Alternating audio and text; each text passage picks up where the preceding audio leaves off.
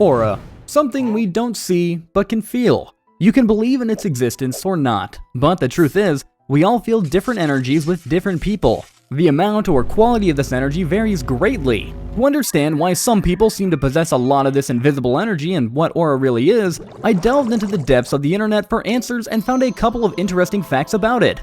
First of all, I asked the most educated person in the world what an aura really is. He told me that an aura is the distinctive atmosphere or quality that seems to surround and be generated by a person, thing, or place. Then I delved a bit deeper and found numerous scientific proofs that aura doesn't exist.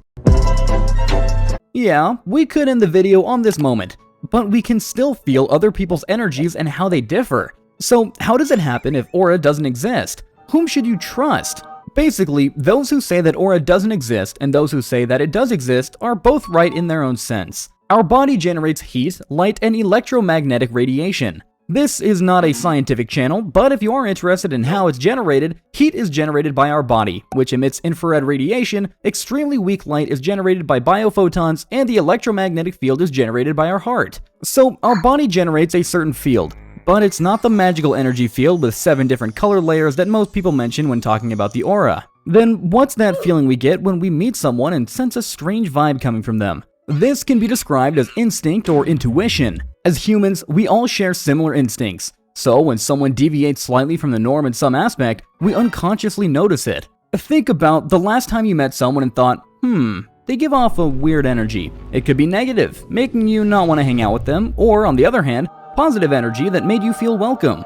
Now recall the first time you spoke to this person. Most of the time, with these kinds of individuals, you feel that they stand out from the crowd. They differ in their thoughts, mindset, and lifestyle, creating a unique energy that sets them apart from the majority. So, the first reason why some people seem to have a different amount of energy than others is that these individuals differ from the majority. Let's imagine 5 teenagers, all the same age and in the same grade, but with different hobbies. They all have diverse interests, but like any teenagers, they also share common interests that unite them. For example, 4 of them enjoy uniting after school to play video games, but the 5th guy prefers to spend his time reading a book about his interests. Though the others find it a bit weird, they respect his choice. However, when one of them plans a party at home, this person declines again, opting to read a book instead of joining the party. With each decline, he becomes increasingly perceived as different from the group.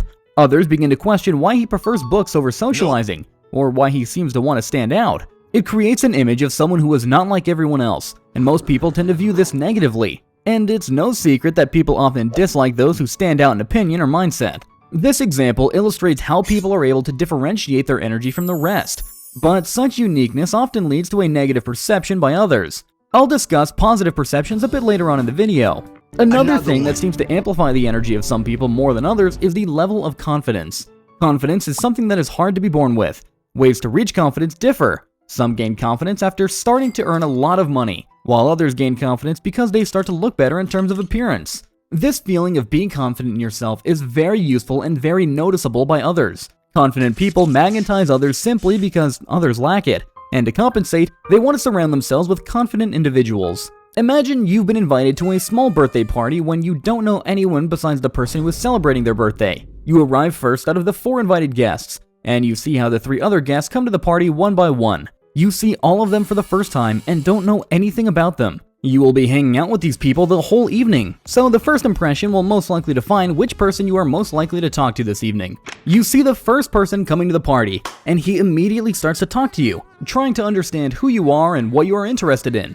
But in the process of talking about yourself, he starts talking only about himself and his interests without paying significant attention to you and your interests. After you see the next person enter the room, he looks shy, and you struggle to find a contact with him because of his lack of desire to start a conversation. And the last person enters the party. He doesn't look very talkative, but he doesn't look shy either. He can take part in conversation, and he can listen too if needed. After meeting each guest, you form a first impression of each. You can't understand after talking for a few minutes which out of the 3 can be a good friend for you, but you can understand which of them is more confident and has more welcoming energy. Meeting the first person was not so bad, but those who seem to be very friendly and talkative usually are trying to hide their insecurity behind it.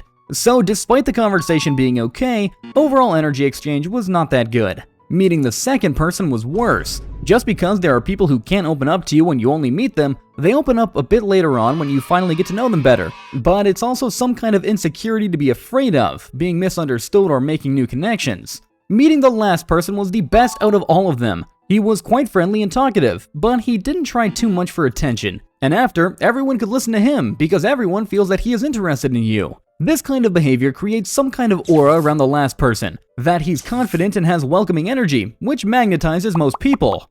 In this example, I wanted to show that people who seem to have a specific aura don't try too hard to have it. Overall, it's just the ability to control and be confident in yourself.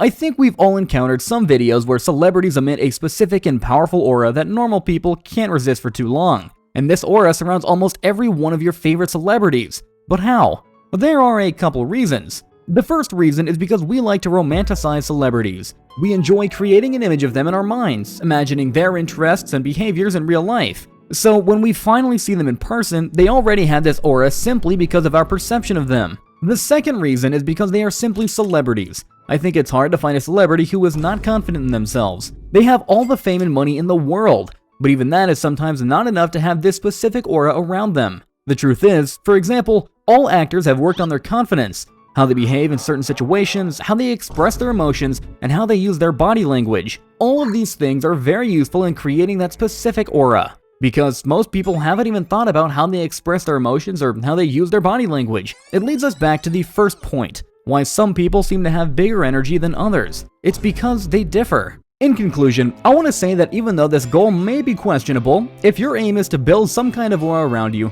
don't assume that you need to be different just for the sake of being different from the majority. Instead, focus on working on your confidence and behavior. By doing so, you will have already stood out from the majority because most people haven't even thought about that. Read materials about body language, emotions, and overall human behavior to understand what really makes some people special as compared to others. That's it. The end.